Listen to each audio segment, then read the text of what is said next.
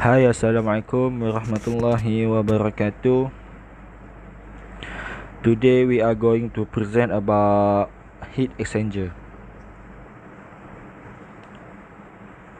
Before I start, let me introduce about myself. My name is Muhammad Khairul Syahmi bin Sani. I come from DPU 3B and my register number is 01 DPU 19F 1044.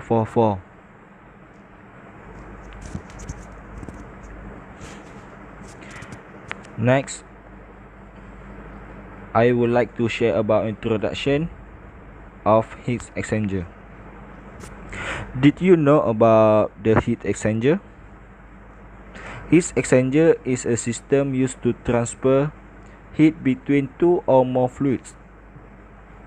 Second, that heat exchanger are used for both process, which is heating process and cooling process. And the last one, the fluids may be separated by a solid wall to prevent mixing, or they may be in direct contact. Assalamualaikum and good morning. My name is Dr. Hakim Hashim from DPU 3B. My metric number is 01 DPU 19F 1074. Okay, today I want to present about type of heat exchanger. Type of heat exchanger has four types. The first one is double tube heat exchanger. The second one is shell and tube heat exchanger. 3 tube in tube heat exchanger. 4 plate heat exchanger. Okay, the first one is double tube heat exchanger. Double tube heat exchanger use what is known as a tube within a tube structure. There are two pipes where one is built inside the others. Just like the example above, one fluid flow through the inner pipe while the second fluid flow around the first fluid in the outer pipe. The type of heat exchanger is known for being the most basic and affordable of all. Its size makes it ideal for tight space, allowing for some extra flexibility in the layout of the manufacturing process. The second one is shell and tube heat exchanger. Out of all the type of heat exchanger, shell and tube heat exchanger are the most versatile. The shell and the tube heat exchanger is designed with a number of tubes placed inside a cylindrical shell. The popular design of the type of heat exchanger allows for a wide range of pressure and the temperature. If you need to cool or heat a large amount of fluid or gas, the application of the shell and tube heat exchanger is an option to consider, while smaller in size compared to the some other type. The shell and tube heat exchanger can be easily broken down, making cleaning and repair easy. The third one is tube in the tube heat exchanger. Similar to the other type of heat exchanger, a tube in tube heat exchanger is comprised of two tubes, and for each fluid. However, the tubes are coiled together to form an outside and inside pattern.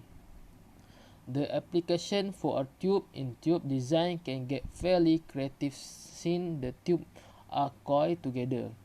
Most designs for this type are compact. Application for a tube in tube heat exchanger center around high temperature and high pressure. Since it runs at a higher output, a tube in tube heat exchanger tend to have greater efficiency. The last one is plate heat exchanger. Why all of the type of heat exchanger discussed so far have a similar design? The plate heat exchanger is the exception. Metal plates are used to transfer heat between two fluids. The plate is a metal shell with space inside each plate that act as hallways for fluid to travel through. With a plate heat exchanger, there is greater surface area in contact with the fluid, so it has better rate of heat transfer compared to all other types. Although plate heat exchanger can be more expensive, the efficiency gained by the design is a big plus. This type of heat exchanger is best used in place like power plants because of its durability and low repair rates. Okay, that's for me. Thank you. Assalamualaikum and hello everyone. My name is Ahmad Syarizal bin Yaakob. My matric number is 10DPU19F 1077. I'm from DPU3B. Thank you Syami and Lokman for their presentation just now. So this is the question that we can discuss the answer. Thank you, Sharizal, for giving me continue the presentation. Next, I would like to share about advantage and disadvantage of the shell and tube. Advantage of the shell and tube. First, most versatile in terms of types of service. Second, widest range of allowable design pressure and temperature. Next, disadvantage of the shell and tube. Subject to flow-induced vibration which can lead to equipment failure. Last but not least, not well suited for temperature cross condition. Multiple units in series must be used. That's all from me. I would like to passing back to Shahrizal for continue the presentation. So next, I want to present the answer of the question B first and B second. So the question of B first is logarithmic mean temperature difference,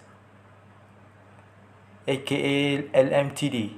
So the answer is T cold in equal to 30 Celsius and T cold out equal to 50 Celsius, T hot in equal 100 Celsius, and T hot out equal to 80 Celsius. So delta T1 equal to T hot in minus T cold in equal to 100 Celsius minus 30 Celsius equal to 70 Celsius.